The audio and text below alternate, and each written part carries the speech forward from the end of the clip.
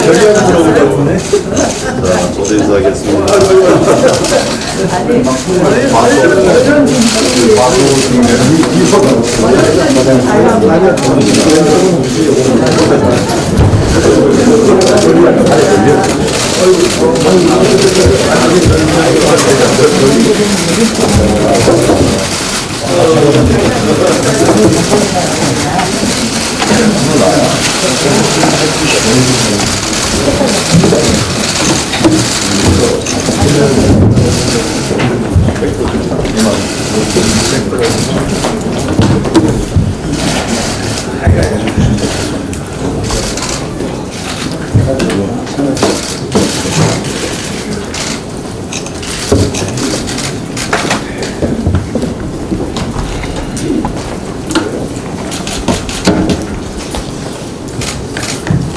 네, 그럼 지금부터 최고위원 중진 의원 연석회의를 시작하도록 하겠습니다.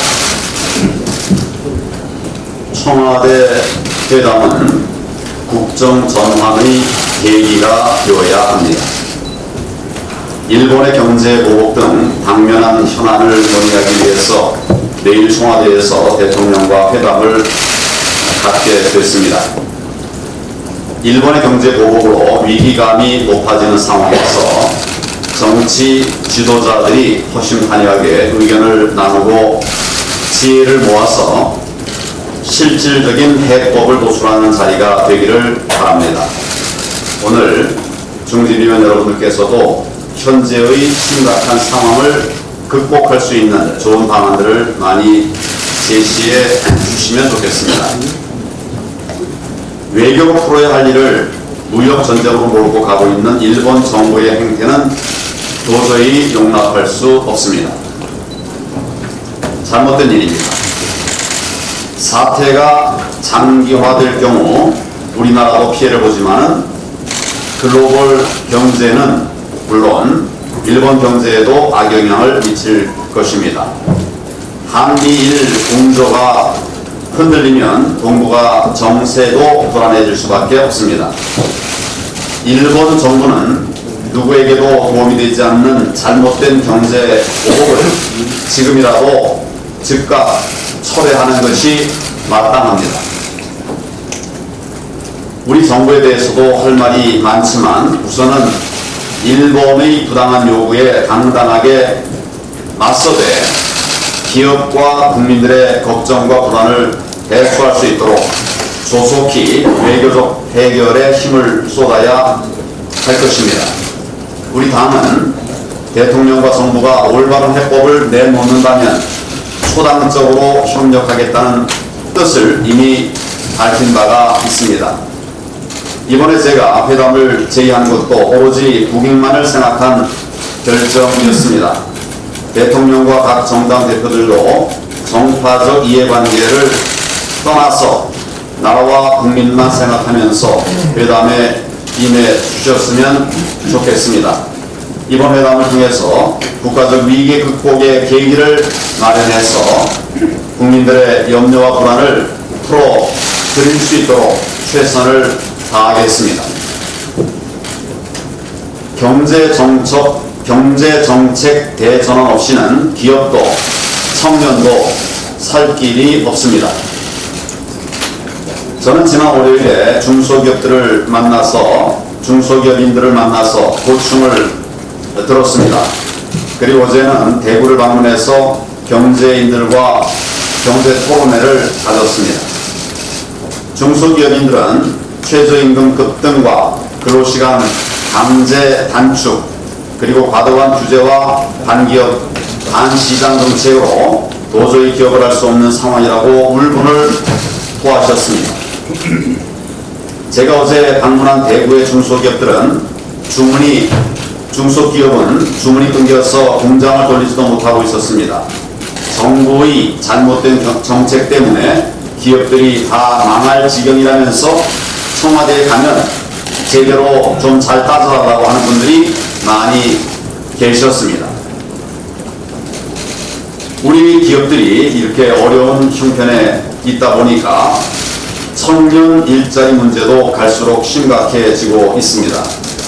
어제 통계청이 내놓은 자료에 따르면 학교를 졸업한 청년들 가운데 3분의 1이 직장을 못 구하고 있었습니다. 3년 이상 취업을 하지 못하고 있는 청년들이 17%에 육박하고 아예 구직 활동을 포기한 비율도 처음으로 20%를 넘어섰습니다. 그나마 취업한 청년들도 10명 중 2명은 시간제 일자리고 또 1년 이하 계약직도 25%에 달하고 있습니다. 취업자의 40%는 최저임금도 안 되는 월급 150만 원 미만이고 한 달에 50만 원도 못 버는 청년이 전체의 5%를 넘고 있습니다.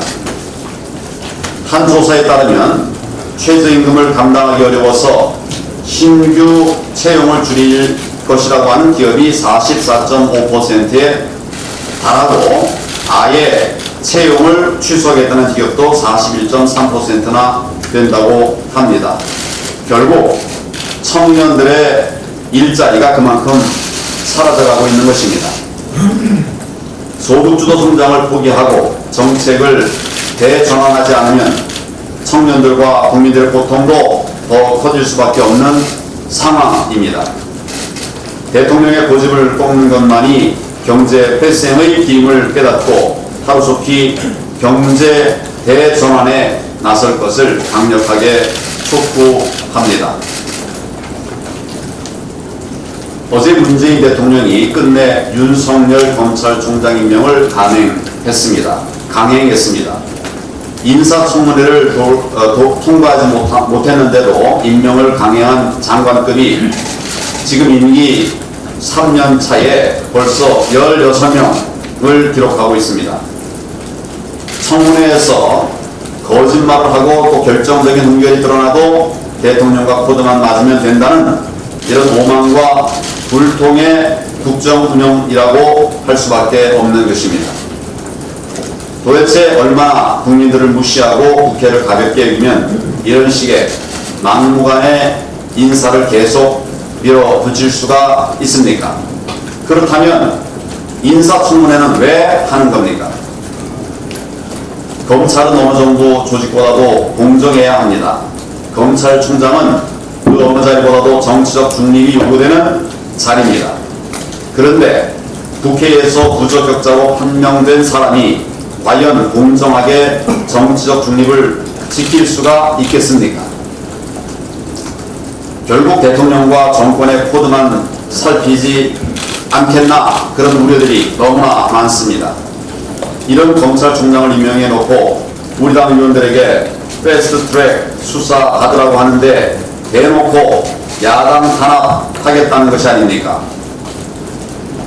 지금 문재인 정권은 입으로는 검찰 개혁을 외치면서 실제로는 검찰을 퇴행의 길로 몰아가고 있습니다. 총선에서 국민의 심판을 피하고 정권을 유지하기 위해서 검찰을 권력의 도구로 전락시키고 있습니다. 대통령이 검찰을 정권의 사유물로 여기고 정권의 정치적 목적에 이용하려고 한다면 국민들께서 이를 결코 용납하시지 않을 것입니다. 검찰이 국민의 신뢰를 받지 못하면 나라의 법치도 바로 설 수가 없다는 사실을 명심해야 합니다. 대통령은 즉각 윤석열 검찰총장 임명을 철회하기를 바랍니다.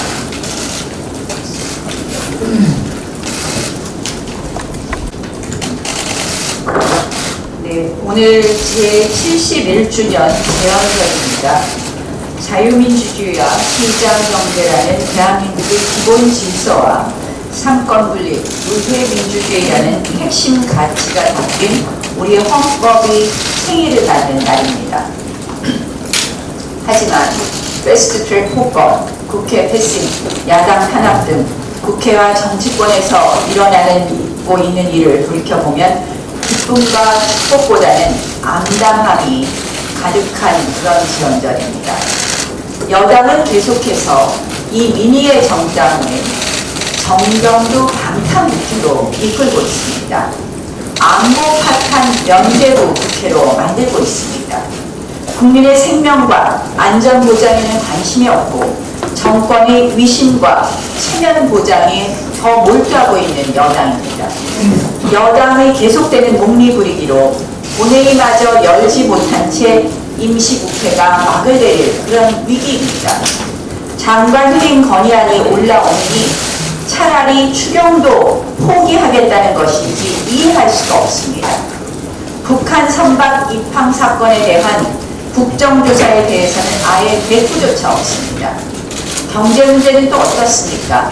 청년 실업률은 최악입니다. 2007년 통계 작성 이후. 그리고 얼마 전에 일본의 지금 수출 보복으로 인한 위기 핵심 기술을 만들려면 어떻게 하느냐, 이런 토론회에서 이런 이야기가 나왔습니다. 주 52시간 유지하면서 연구자들 52시간 때문에 집에 가야 되는데 무엇을 연구할 수 있겠습니까? R&D 업종만이라도 예외 업종으로 확대해달라, 이런 요구가 있었습니다.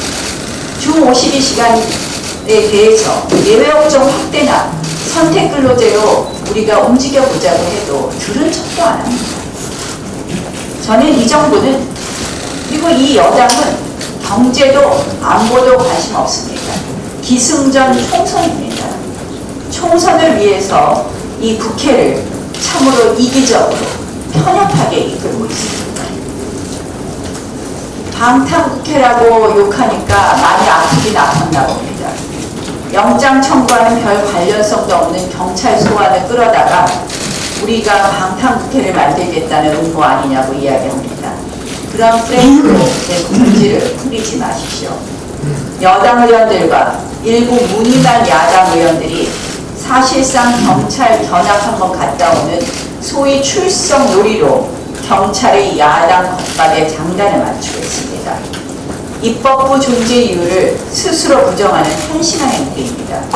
국회를 행정부에 예속시켜서 스스로 권한을 저버리고 정권에 충성하는 영혼 없는 국회의원을 택한 것입니다. 집권 여당 그리고 이에 동조하는 야당 의원들은 오늘 제헌절을 맞아 한 번이라도 의회민주주의 본질에 대해서 숙고해 주십시오. 본인들이 지금 보여주고 있는 정치가 정말 공정과 타협이라는 정치의 본질에 부합하는지, 적대와 배제라는 후진적 정치로 퇴행하는 것은 아닌지 깊게 성찰해 보아야 할 것입니다. KBS MBC 말씀 좀 드리겠습니다. 해고는 살인이다. 차별받지 않는 세상. 계약직이 서름받지 않는 세상. 누가 그토록 외쳐왔습니까? 바로 지금의 집권 세력 그리고 그들과 운명을 함께하며 방송, 언론, 각종 기관을 틀어쥐고 있는 오늘날 대한민국의 장악 세력들입니다. 달라질 줄 알았습니다. 우리 정권 때 일부 잘못한 행태들을 고쳐줄 줄 알았습니다. 하지만 이 집권 세력, 정치 이념 앞에서는 피도 눈물도 없는 차별과 갑질을 합리화하고 있습니다. 숨 쉴 틈도 없이 탄압하고 한치의 망설임도 없이 죄다 내쫓아버립니다. 이것이 오늘 KBS, MBC라는 공영방송에서 버젓이 일어나고 있는 일들의 실상입니다. 지난 2016년, 2017년 MBC에 채용된 계약직 아나운서들의 눈물겨운 투쟁을 보십시오. 겉으로는 공정언론, 민주언론을 말하던 최승호 사장, 권력의 완장을 찾아마자 바로 해고 통보를 했습니다. 결국 사법부에 의해 복직이 되자 그때부터 따돌리고 무시하고 인격을 짓밟았습니다. 급기야 이 아나운서들이 직장 내 괴롭힘 금지법 위반 1호 진정을 내는 사태에 이르렀습니다. 이 정권의 전임 정권 들쑤시기, 보복 정치의 홍위병처럼 앞장서고 있는 MBC, 그 안에서 벌어지는 이 추태가 바로 오늘날 집권 세력의 민낯입니다. KBS도 별반 사정이 다르지 않습니다. 진실과 미래위원회라는 거창한 탄압기구를 만들어서 중징계를 남발하고 한직으로 발령내는 등 이 정권의 불편한 내부 인사들을 사정없이 눌러짓고 있습니다. 청와대 수석의 전화 한 통화를 받고 태양광 사업의 청와대 외압 의혹을 고발한 다큐의 재방송을 스스로 보류하는 수준까지 이르렀습니다. 2019년판 땡전 뉴스를 만들고야 말겠다는 것입니다. 땡문 뉴스였군요. 문자 한 통으로 국회 출석을 거부하는 양승동 사장, 청와대라는 뒷배만 믿고 국회마저 무시하고 있는 상태입니다. 자유한국당은 이를 관련 상임위에서 집중적으로 문제 제기를 하는 것은 동판인 것과 동시에 법적 조치를 총동원할 것입니다. 건불 10년입니다. 권력에 취해 공영방송마저 무너뜨리는 이 행태, 반드시 대가를 치르게 될 것입니다. 국민이 아닌 정권에 충성한 언론, 언젠간 국민의 심판을 받게 될 것입니다. 네, 지금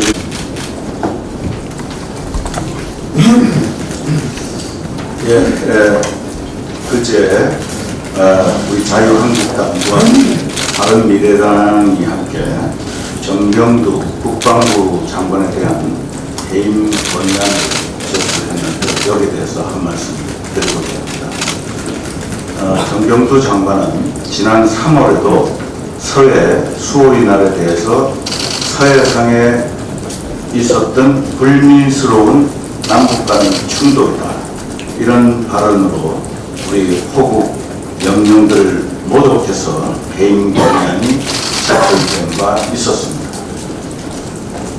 이후 넉 달 동안 반성커녕 군의 총체적 기강회의로 안보에 대한 국민 불안을 증폭시켜 왔을 뿐입니다. 군은 삼척항, 북한 동력선에 대한 경계 실패에 대해서도 믿었지 못한 해명으로 국민들을 분통 터지게 했을 뿐만 아니라 청와대 개입과 사건을 은폐, 축소하려 한 의혹에 대해서는 국방장관과 합참의장에 대해서 조사도 하지 않은 채로 셀프 면죄부를 주는 국민 기만적 발표를 해서 빈축을 샀습니다. 이 행위들은 군형법상 근무 태만이제, 거짓 보고의 죄에 해당하는 범죄 행위들입니다. 이 정권의 신적폐 기록을 추가하고 있는 사안이라고 저는 생각합니다. 또 지난 4일 평택 해군 이함대 사령부에서 발생한 거동 수상자 사건은 결국 무단일탈, 자수조작 등으로 군 기강회의의 끝판을 보여주었다, 그렇게 봅니다.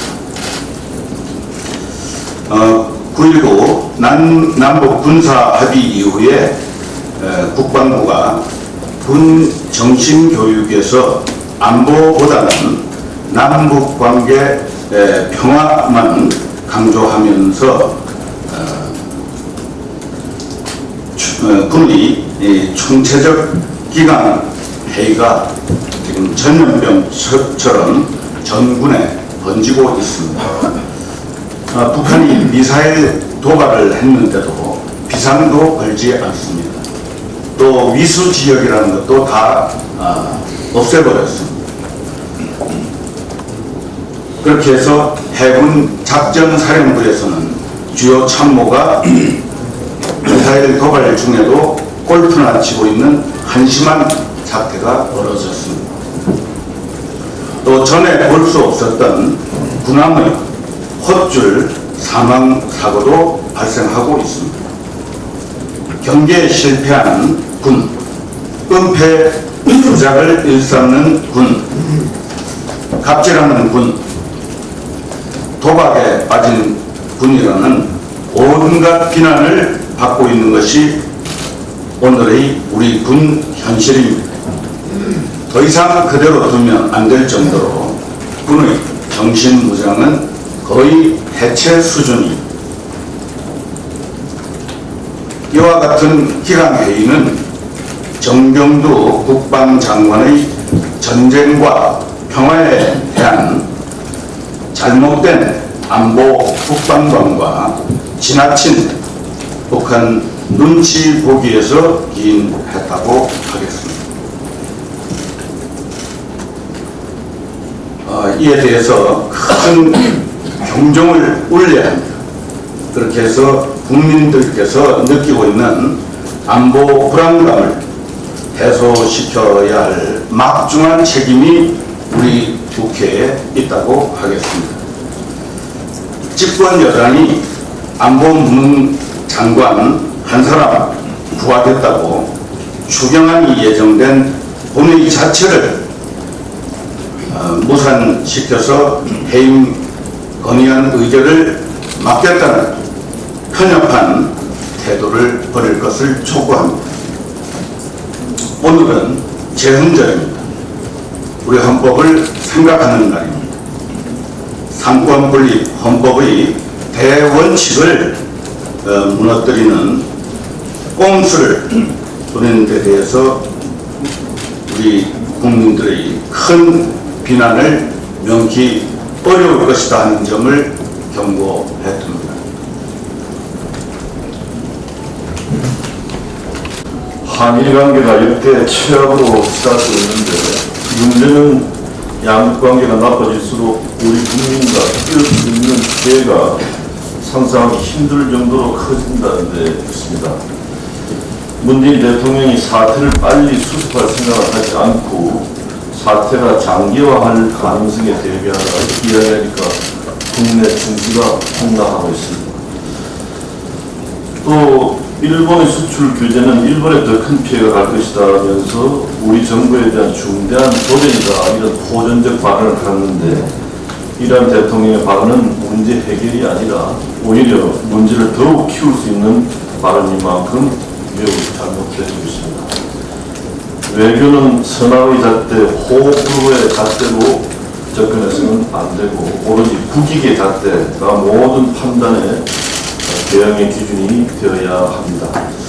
특히 문재인 대통령은 한일 관계가 나빠질수록 우리 기업과 국민들이 궁극적인 피해자가 된다는 사실을 직시해야 합니다. 문재인 정부가 지금처럼 대책 없는 반일 감정팔이 발언만 쏟아낼 경우에 경제뿐만 아니라 외교와 안보 분야까지 위기가 확산될 수 있다는 점을 문재인 대통령 정부는 정확하게 인식해야 합니다. 지금까지 동북아 평화를 유지하는 데 한일 공조가 적대적 역할을 해왔고 한반도 유사시 일본의 유엔 사령부의 후방기지 역할을 굉장히 중요한 역할을 한다는 사실을 대한민국 대통령이 잊어서는 안 됩니다. 한일 공조가 기록될수록 우리 안보는 취약해질 수밖에 없음을 잊지 말아주기 바랍니다. 한일 관계 오늘날 이처럼 악화된 것에 대해서 자잘못을 따지는 것도 중요하지만 지금 더 우선해서 중시해야 할 것은 사태를 수습하는 일입니다. 지금은 양국의 정상끼리 말싸움을 하고 국민 감정만 자극할 시점이 아니라 한일 관계에서 역량을 발휘할 수 있는 전문가들을 총동원해서 현 상황을 수습할 지혜를 모아야 할 때입니다. 여기에는 여야가 있을 수 없는 만큼 우리 자유한국당도 사태 해결에 적극 나서야 한다는 점을 말씀드립니다. 규제 조치는 문재인 정권이 해왔던 막 적폐청산의 올감에 스스로 걸려든 것이기도 합니다.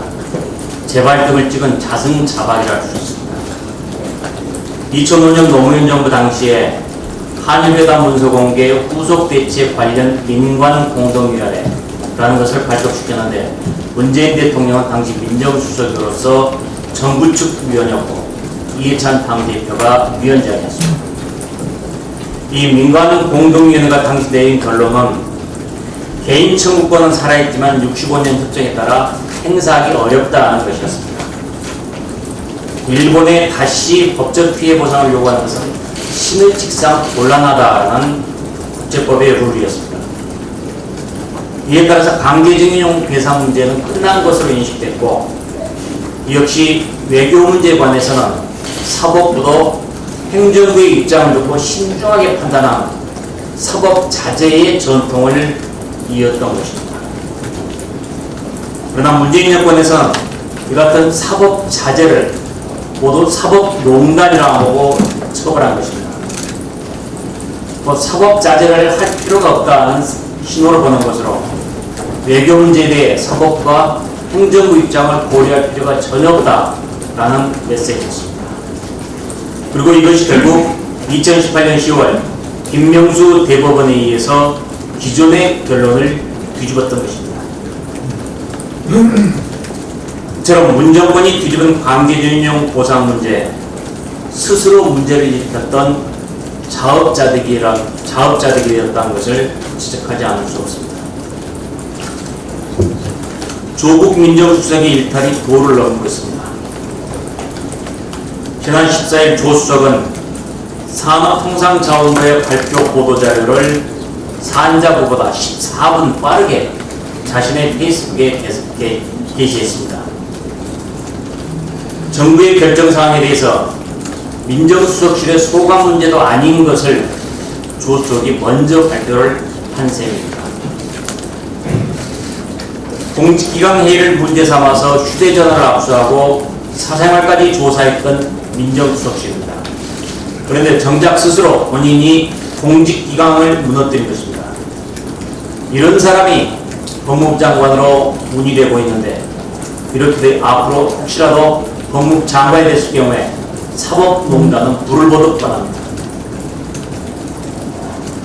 조 수석은 이른바 패국질을 하고 있습니다. 민정수석 하기도 바쁠 텐데 일을 제대로 하고 있는지 의심할 수밖에 없습니다. 문재인 대통령이 할 일은 법무부 장관 임명이 아니라 민정수석 해임을 해야 합니다. 만약 조 수석을 법무부 장관으로 지명한다면 그때부터 대한민국은 또 다른 재앙이 시작될 것입니다.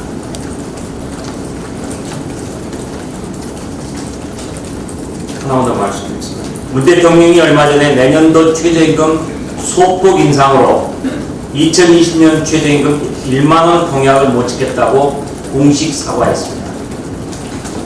최저임금 공약을 못 지킨 것에 대해서는 사과하면서도 경제가 파탄난 상황에서는 왜 사과하지 않습니까? 청와대 김상조 정책실장도 최저임금 인상 때문에 문제가 있다는 것을 인정하면서도 소득주도 성장을 변함없이 추진하겠다고 밝혔습니다. 의사의 잘못된 처방은 환자를 죽입니다. 선장의 잘못된 판단은 승객을 모두 위험에 빠뜨릴 것입니다. 국민 모두가 반대하고 있는 소득주도 성장 즉각 폐기해야만 합니다. 청와대 오판으로 대한민국의 위기 더욱더 깊어져서는 안 됩니다.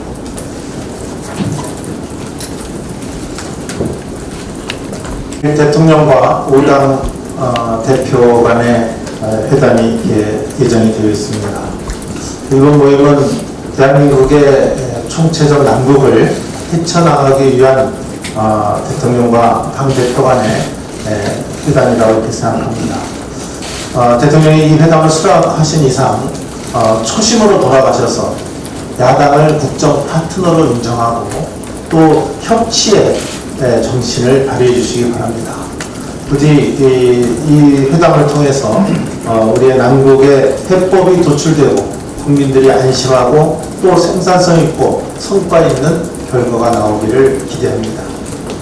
특히 일본의 경제 보복이 이제 금융 분야를 비롯해서 전방위로 확산되는 것이 아니냐 하는 불안이 가중되고 있어서 국민들을 더욱 불안하게 만들고 있습니다. 우리 당도 이미 초당적 차원에서 이번 사태 해결에 앞장설 것을 천명한 바 있습니다.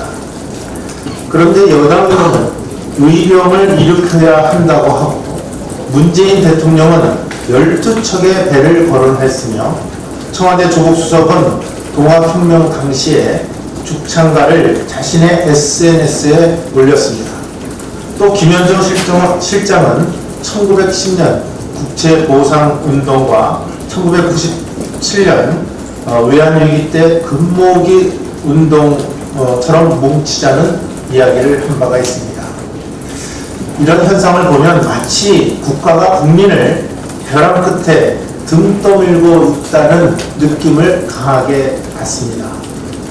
이러한 언급된 모든 것은 당시의 무능한 위정자의 백성의 피와 눈물, 국민적 희생 위에 일어선 것입니다.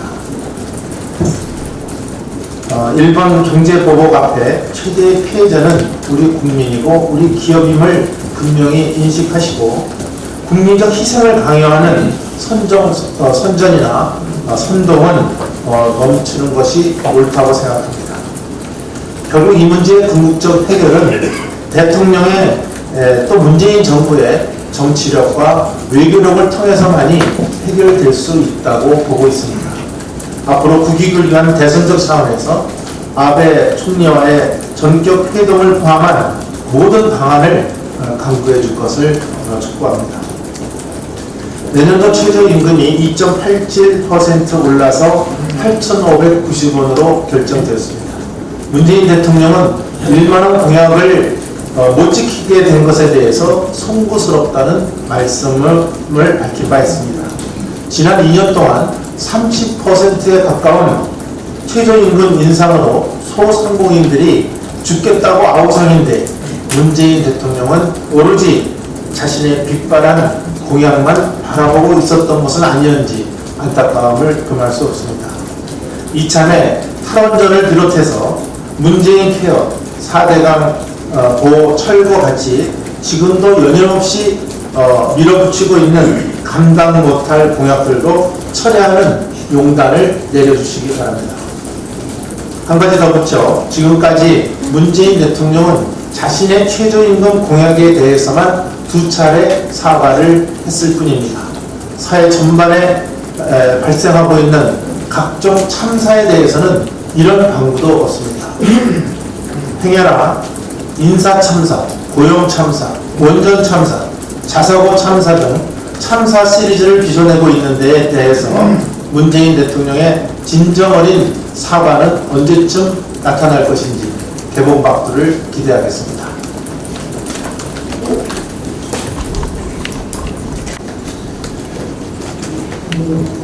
올해 2월 러시아에서 북한 석탄 3,000여 톤을 싣고 포항에 입항한 후에도 토우 국적의 선박 DN 5505호를 현재 선박을 압류하고 조사 중인데 이 선박의 최종 구매자는 이사라고 합니다. 석탄 수입업체 이사는 올해 3월 UN 안보리 대북제재위원회 전문가 패널의 연례 보고서에서 이 업체가 북한산 석탄을 구매하고 비용을 지불했다는 관계자의 증언이 공개된 바 있습니다. 이 석탄을 운반한 와이즈 어니스트라는 북한 선박은 지난 5월 미국 당국에 의해 몰수되어 미국령 사모아 섬에 억류 중이며 미국 정부의 통제 아래 있습니다. 그런데 이번에 다시 포항에 석탄을 반입하려고 한 그 회사가 바로 이 회사입니다. 사정이라함에도 수사기관은 북한산 석탄 대금을 지급하지 않았다는 이유로 이전에 와이즈 어니스트에 선적된 석탄 수입 시도권에 대해서 무혐의 처리한 바 있습니다. 이처럼 정부수사 당국이 수사도 제대로 하지 않고 쉬쉬하는 사이에 아무런 제재도 받지 않고 계속해서 북한산 석탄을 반입하는 지경에 이르고 있습니다.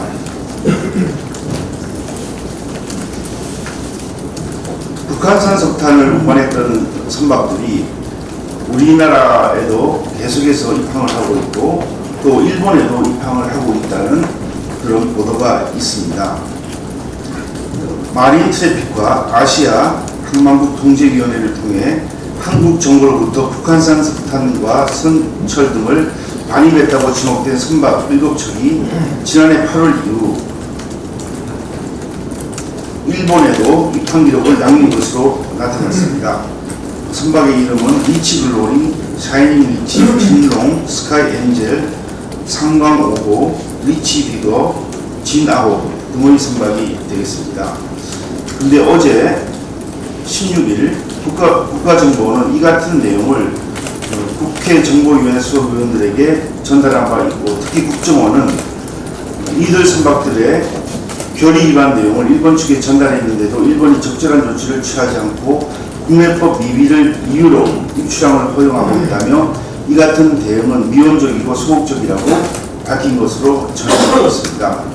그러나 이 북한산 석탄 반입 논란에 휩싸였던 이들 선박 중 일부는 한국을 여전히 출입하고 있는 것으로 나타나고 있습니다.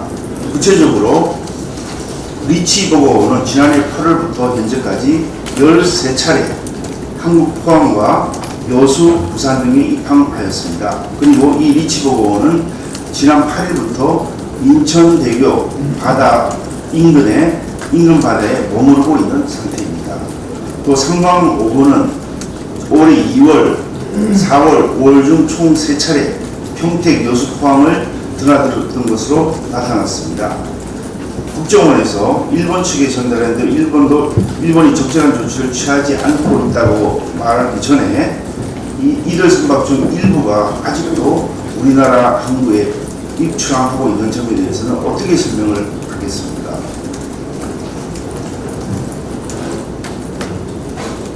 이 사건과 관련해서 자유한국당 대북제재특위는 명백한 정황에도 수사를 제대로 하고 있지 않는 수사당국이 관련자에 대해서 지난 6월 18일 청와대 안보실장과 관세청장, 해경청장, 수의업체를 직권남용, 직무유기 등 혐의로 서울중앙지검에 고발 조치했으나 아직도 이에 대해서는 수사가 개시되지 않고 있습니다. 문재인 대통령이 15일 일본의 경제보복에 대해서 일본의 피해가 더 클 것, 또 일본이 외교의 장으로 나가야 된다라고 으름장을 놓고 강공을 이어갔습니다. 현실적인 판단이 상황에 전혀 맞지 않습니다. 일본은 내수 중심의 국가로서 한국과 일본이 무역 분쟁이 생긴다면 한국이 입는 피해가 일본보다 2배, 3배에 달한다는 것이 전문가의 분석이고, 또 외교의 장으로 나오라고 해놓고 지난 6월 말 G20 정상회의에 대통령은 막상 참석을 안 한 정상회의도 있고 일본과 정상회담도 못하고 있는 마당에 이렇게 어이없는 말을 한 것은 이해가 되지 않습니다. 일본과의 갈등을 해소하는데 외교력과 정치력을 집중해야 하는 시기에 문재인 정부는 현실과 동떨어진 판단으로 임진왜란의 12척과 동학혁명의 죽창까지 거론하며 반일 감정을 자극하고 있습니다. 문재인 정부 출범 이후 한일 위안부 합의 파기, 일본 수산물 수입 불허, 대법원의 강제징용 판결로 갈등이 축적되어 이상 징후가 여러 차례 감지되었지만 이 정부의 외교라인은 전혀 작동하지 않았고 방치하며 이를 키워왔습니다. 일본은 앞으로 핵심 산업용 원료와 기술의 반출 제한, 한일은행 간 크레딧 라인 차단, 일본이 보유한 한국 기업 주식에 대한 의결권 행사, 그리고 일본이 계획했던 국내 투자 계획 철회 등이 앞으로 내놓을 보복카드로 준비되고 있다고 합니다. 국민들에게 애국심을 보소하려 했다면 일본의 경제 보복 조치에 대한 현실적 대안을 제시해야 마땅합니다. 가뜩이나 소득 주도 성장의 폐해와 혹독한 경제난으로 고통받고 있는 국민들이 일본의 경제 보복 조치로 설상가상의 어려움을 겪게 되었는데 해결책을 고사하고 반일 감정을 부추기는 것이 온당한 처사인지 묻고 싶습니다. 네, 한국의 반도체 생산 라인이 멈추는 순간 한일 관계는 되돌릴 수 없는, 돌아올 수 없는 다리를 건너게 되는 것입니다. 반도체 라인이 멈추기 전까지 자금의 수출 규제 사태를 어떻게든 해결을 해야 됩니다. 저는 이 문제를 해결하는 키워드는 결국은 미래와 국익이라고 생각합니다. 김종필 전 총리는 한국경 정상화를 진두지휘 했던 장본이고, 김대중 전 대통령은 문화개방, 국민 반대를 무릅쓰고 문화개방까지 했던 미래지향적인 입장에서 한일 관계를 관리했던 그 경험이 있습니다. 그 두 지도자를 우리가 지금 뭐 원조 토착 외교라고 비난할 것입니까? 그렇지 않지 않습니까? 국민 감정을 모르는 말은 아니지만 첫째도 둘째도 국익을 우선으로 이용해야 되겠다. 65년 한일 국교 정상화할 때 일본과 한국의 국력이 30대 1이었습니다. 지금 삼성전자가 소니를 제낀 상황에서 3대 1까지 따라잡은 상황에서 일본이 우리를 대하는 자세가 옛날처럼 접어주고 대하지 않습니다. 저는 어떤 면에서는 미국이 중국을 상대로 무역 전쟁을 일으킨 것과 매우 흡사하다고 생각합니다. 중국이 부상하니까 미국이 이대로 중국을 막을 수 없다고 느낀 거예요. 그런 맥락에서 일본도 우리를 대하고 있는 겁니다. 여기서 우리가 무슨 임진왜란 얘기하고 주창관 얘기하고 이게 해법이 되겠어요? 외교가 작동돼야 되지 않겠습니까? 아주 치밀하게 전혀 지금 작동되지 않고 있고 준비되어 있지 않지 않습니까? 이런 점을 좀 영수회담에 가셔서 대표께서 강력하게 대통령께 좀 상기시켜 주시고 환기시켜 주시기를 바랍니다. 지난 2월 환경부 4대강 조사평가위원회에서 세종보, 공주보, 축산보의 철거, 일부 철거를 결정을 했습니다. 두 개 보면 완전 개방을 결정했고요. 여기에 대해서 반대 여론이 매우 강했습니다. 추진이 과정 졸속으로 알려지면서 주민들이 분노를 했고요. 또 많은 또 주민들은 또 해체 반대를 외치면서 또 거리로 나서기로 했습니다. 중요한 것은 이 3대 철거 대상 지역인 3개 지역, 세종시, 공주시, 나주시의 지역 의회에서 모두 반대 입장을 표명하고 나선 것입니다. 전부 더불어민주당 소속 단체 지방의원들이 주축이 되어 있는 지역입니다.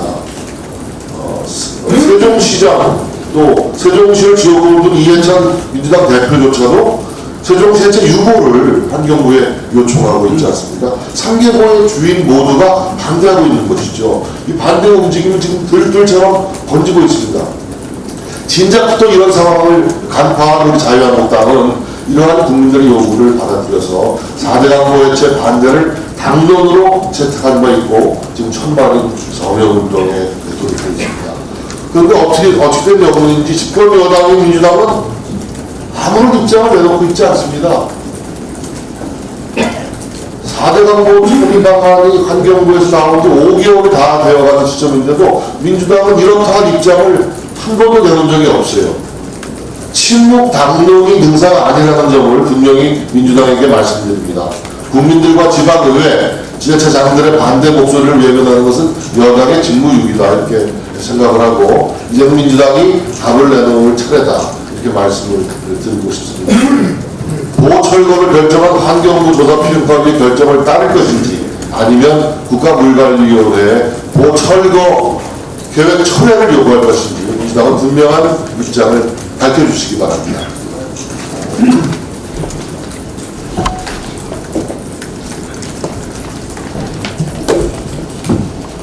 일본의 생긴 국가적 위기 국면에서 형식에 구애받지 않고 대통령과 국정 현안을 논의하자고 제안하고 참석하시기로 한 결정은 잘하신 결정인 것 같습니다.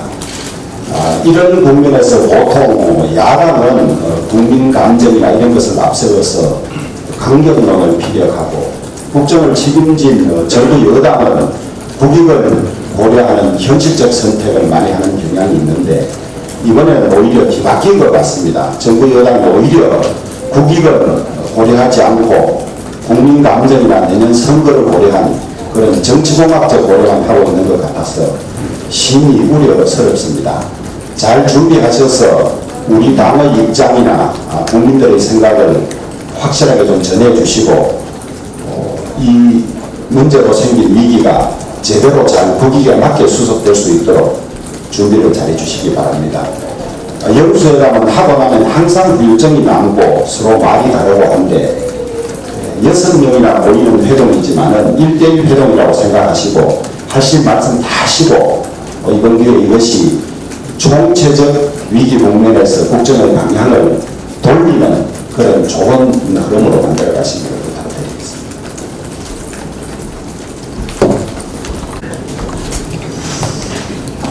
방금 들어온 서고입니다. 지금 행방도에 잔망경으로 추정되는 물체가 지금 신고가 되었다고 합니다. 근데 지금 언론에서는 엇갈리는 반응인데요. 이게 주민이 신고했다는 주장과 경찰이 신고했다는 주장이 있습니다. 더 가관은 뭐냐면은 국방부가 이런 입장을 좀 내놨습니다. 해당 지역 수심이 낮아서 잠수함 침투 가능성이 낮다. 왜 국방부가 정부가 이걸 미리 이렇게 발표를 할까요? 사실 여부를 확인하고 나서 발표해도 되는데 이 국방부가 무슨 누구를 대변하는 겁니까? 지금 이 부분에 대해서 한치의 거짓 없이 진실되고 정직하게 밝혀됩니다. 우리 자유한국당 역시 이 문제에 철저하게 진상을 확인할 것입니다. 윤석열 검찰총장이 됐습니까? 근데? 임명이 됐습니다. 참 거짓말쟁이 검찰총장을 맞이하는 대한민국 국민들은 얼마나 마음이 아플까요? 저는 요즘 초등학생들한테 교육을 우리가 시킬 때 거짓말하지 마라, 정직하게 살아라, 진실되게 살아라 라고 이 교육을 시켜왔을 텐데 또 시키고 있는데 지금 우리 어린아이들한테 이 말 할 수 있습니까? 도대체 이 정권은 이 도덕적으로도 깨끗하지 못하는 이 거짓말쟁이 정권이 되고 있습니다. 또 거짓말쟁이 정권입니다. 저는 참으로 부끄러운 하루다 이런 생각을 합니다. 그리고 아베 이 수상한테 한마디 하겠습니다. 이 독일을 좀 본받으세요. 독일은 역대 1970년 이후에 역대 총리가 46년째 이상 사과를 하고 있습니다. 자신들의 가오를 항상 용서를 드리고 있습니다. 근데 이 아베 수상은 누굴 닮아서 그런지 몰라도 사과에 굉장히 인색한 것 같아요. 예? 그리고 비열합니다. 그래서 어떻게 정치 외교의 부분을 경제 분야까지 비겁하게 비열하게 연관짓습니까? 저는 이러한 역사적 인식이 부족한 이 일본에 대해서 저는 국민의 한 사람으로서 저는 강력하게 규탄합니다. 우리 자유한국당이 초당적으로 어떤 형식에 구애받지 않고 대화에 나서고 또 문제 해결을 위해서 앞장서겠다고 했습니다. 이 점에 대해서 최고위원의 한 사람으로서 저는 우리 황교안 대표님의 그 결단에 진심으로 감사하다는 말씀을 드리겠습니다. 앞으로도 우리 자유한국당은 그 어떤 일이 있어도 굴하지 않고 행동으로 몸으로 이 일본 정권의 잘못된 행태에 대해서 비판하고 바로잡는 데 앞장서 나가겠다는 말씀을 드리겠습니다. 이상입니다. 이틀 동안 수없이 많은 전화를 받고 얘기를 했습니다. 기자분들 전화는 다 받았고 때로는 경론을 벌이기도 했고 서로 공감하기도 했습니다.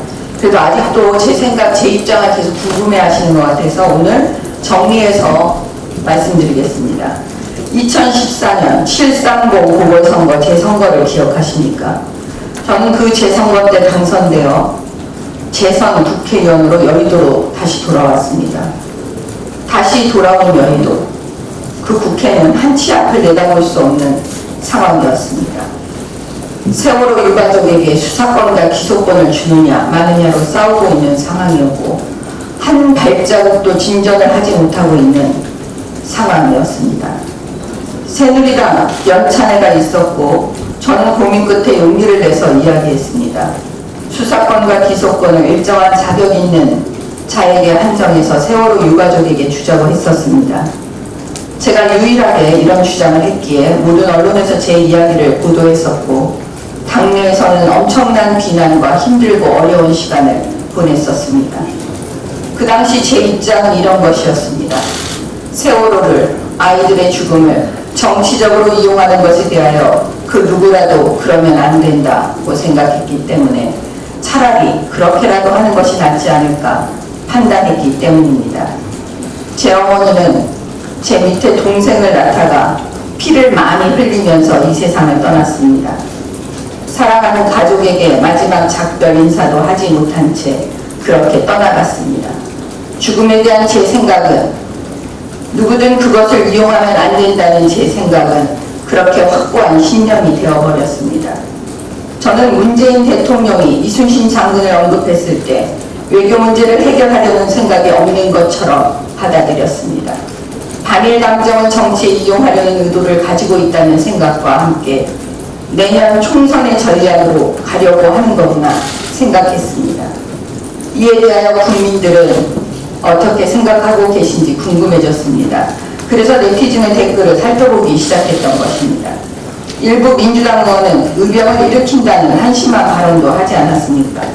여러 가지 의견들이 있었습니다. 주로 임진왜란 당시 외란을 불러온 무능한 선조에 문재인 대통령을 비유하는 의견이 많았습니다. 그런데 한 걸음 더 나가 눈에 띄는 댓글을 발견하고 무릎을 쳤습니다. 세월호를 정치적으로 이용한 것을 빗대어 외교 문제를 또 국내 정치에 또다시 이용하려는 것을 알아채고 그것을 비판한 댓글이었습니다. 그 댓글은 세월호 한 척으로 이긴 문재인 대통령이 배 12척으로 이긴 이순신 장군보다 낫다는 반어적인 표현이었습니다. 이미 문재인 대통령의 의도를 꿰뚫어보고 있는 사람이 있었구나. 반일 감정과 외교 바탕을 국내 정치에 이용하려는 의도를 정확하게 인식하고 있구나. 그 면에서 놀랐던 건 사실입니다. 결론적으로 문재인 대통령이 가져온 외교적 파탄은 문재인 대통령이, 아베가 가져온 외교적 파탄은 아베가 해결하여야 한다는 의견을 월요일 최고위에서 발표했던 것입니다. 그런데 그 회의가 끝나고 기자 여러분으로부터 전화를 받았습니다. 어떤 기자분은 저에게 그 말을 취소하라고 했습니다. 경론 끝에 자신의 말을 취소하겠다고 하더군요. 일부 언론에서 막말이라며 공격하기 시작했습니다. 그런데 어떤 부분이 막말인지에 대해서는 제대로 명시해주는 기사는 없었습니다. 세월호라는 단어가 들어가기만 하면 막말입니까? 도대체 무슨 내용이 막말입니까? 또 어느 기자분은 제가 세월호를 정치에 이용했다고 막말이라고 하더군요. 문재인 정권이, 민주당이 세월호를 정치에 이용한 것을 풍자하여 말한 그 네티즌의 댓글은 결국은 세월호를 정치에 이용하지 말라는 거 아니겠습니까? 저 또한 세월호를 더 이상 정치에 이용하지 말라고 하는 것입니다. 이 말에는 다 동의하십니까? 그런데 왜 이 말이 막말입니까? 자유한국당이 쓴소리를 하면 뭐든지 막말입니까? 청와대와 민주당이 듣기 싫은 비판은 모두 막말이라고 치부해버리기로 작정하십니까? 족쇄를 채우려고 하고 있습니까? 그러면 우리 입장에서 희생당한 아이들에게 고맙다고 한 문재인 대통령의 표현은 과연 무엇입니까? 그리고 지난 월요일 그 긴 발표 내용 중에 자극적인 표현만 따와서 제가 이야기한 정부와 여당에 대한 비판 부분은 국민에게 전하지 않고 마치 세월호와 관련하여 막말한 것처럼 만들어버린 일부 언론도 언론의 자유의 한계를 벗어났다고 봅니다. 진짜 막말의 예를 들어보겠습니다. 민주당의 표창원 의원은 여자였던 박근혜 대통령의 얼굴을 누드화에 합성한 미술가라는 인간과 함께 국회의를 전시해 놓았습니다. 이것이야말로 막말 이상의 행동입니다. 그런데 표창원 의원은 뭐라고 했습니까? 표현의 자유라고 했습니까? 또한 이 표창원 의원은 몇 년 전 경북 성주에서 열린 사드 배치 반대 촛불 집회에 참석해서 노란색 탬버린을 흔들고 주홍색 가발을 머리에 쓰고 춤을 추며 사드 대장송을 불렀습니다. 강력한 사드 전자파 밑에서 몸이 찢어질 것 같아.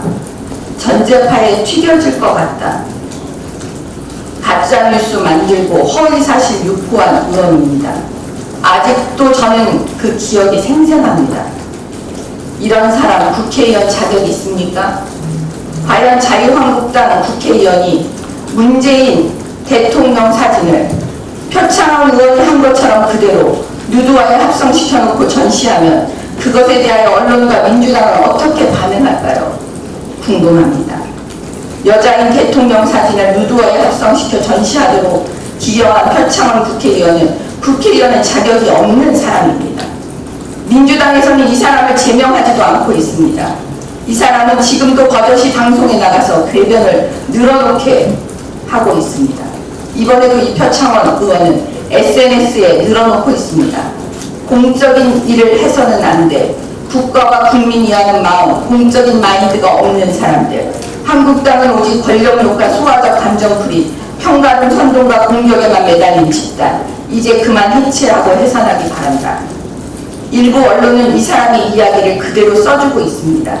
그런데 그 어떤 언론도 막말이라고 하지 않고 있습니다.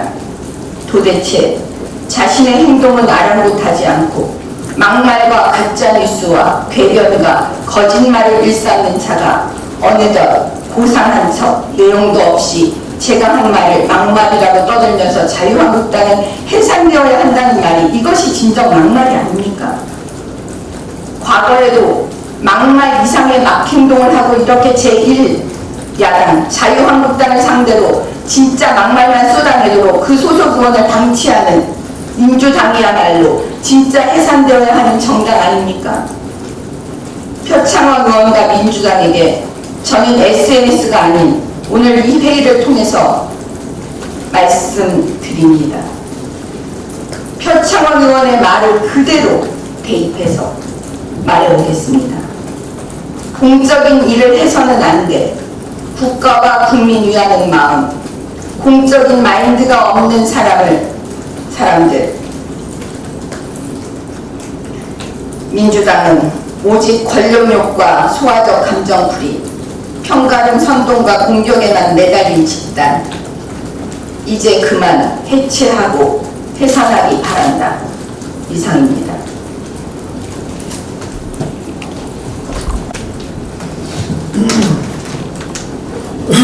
예, 오늘의 제언절입니다. 우리 헌법에서 자유, 경제 어떻게 변천되어 이 정부는 어떻게 활용하고 있는지 간단히 보겠습니다. 71년 전 오늘 세종로 중앙홀에서 대한민국 첫 번째 재헌헌법이 공포되었습니다. 재헌헌법이 공포된 그날부터 대한민국의 법치주의는 시작이 되었고 법치의 두 가지 기둥, 자유민주주의와 시장경제가 시작이 되었습니다. 재헌헌법에서 자유는 신체, 거주, 이전, 신앙과 양심, 언론, 출판 등 12가지 걸쳐서 인정되었고 지금까지도 헌법 한쪽 기둥을 굳건히 지켜오고 있고 이 땅이 자유 대한민국임을 분명히 하고 있습니다. 경제적으로는 그때 그런 데 있었습니다. 대한민국의 경제 질서는 모든 국민에게 생활의 기본적 수요를 충족할 수 있게 하는 사회 정의의 실현과 균형 있는 국민 경제 발전을 기함을 기본으로 한다. 그래놓고 각인의 경제상의 자유는 이 한계에서 보장된다고 이렇게 시작을 합니다. 그러니까 이때에는 경제적 균형과 평등이 경제적 자유보다 앞선다 하는 것을 내용으로 하고 있습니다. 아마 일제강점기에서 다 벗어난 시대상, 골고루 못 살던 경제상을 반영했다고 보여집니다. 두 번째, 1962년 국민투표를 통해서 결정된, 참고로 62년은 우리나라 경제개발 5개년 계획이 처음 시작한 날입니다. 이때는 경제적 자유가 더 부각되고 그 가치는 지금까지 이어지고 있습니다. 대한민국의 경제 질서는 개인의 경제상의 자유와 창의를 존중함을 기본으로 한다. 이렇게 하고 이항에서 국가는 사회의 정의와 규정에 있는 국민 경제 발전을 위해서 필요한 범위 안에서만 경제에 관한 규제와 조정을 한다. 이렇게 되어 있고 80년 10월 27일 기원에서 이 조항에다가 한 조항만 더 넣었습니다. 독과점의 피해가는 적절히 규제 조정한다. 이랬고 마지막으로 현행 헌법인 87년 헌법에서는 경제의 자유와 창의 이 조항에다가 개인에다가 기업을 추가를 합니다. 그래서 대한민국의 경제 질서는 개인과 기업의 경제상의 자유와 창의를 존중함을 기본한다. 이렇게 하고 이항에서 그 유명한 경제민주화 조항이 들어갑니다. 경제 주체 간의 조화를 통한 경제 민주화를 위하여 경제에 관한 규제와 조정을 할 수 있다. 이렇게 국가계획 근거를 인정하고 있습니다. 전 헌법에서 현행 헌법까지 개정 연역을 보면은 1항의 경제적 자유와 창의가 최우선 가치이자 기본이고 이를 보완하기 위해서 2항에서 정부의 개입을 인정하는 구조입니다. 그러나 이 정부 지금 어떻습니까? 개헌이 없었습니다. 그런데도 불구하고 1항은 마치 없는 조항 취급하고 자유보다 사회 중심 등을 앞세우고 창의보다 통제가 기업의 자율보다 노조의 파업을 앞세우고 있습니다. 사람 중심 경제, 소득 주도 성장, 내 삶을 책임지는 첫 번째 정부 이런 정치적 구호를 앞세워서 국가주의, 정부 개입주의, 국민을 앞세운 국가 만능주의가 이 땅 곳곳에서 목격되고 있습니다. 일은 일주일에 59시간만 해라. 비정규직은 안 된다. 모두 정규직으로 바꿔라. 최저임금은 확 올려라.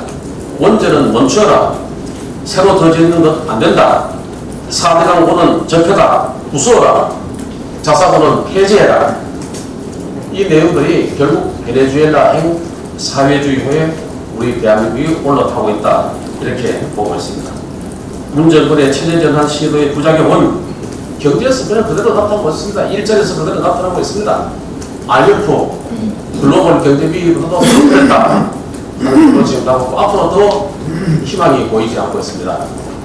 사회주의호에서 빨리 내려야 합니다.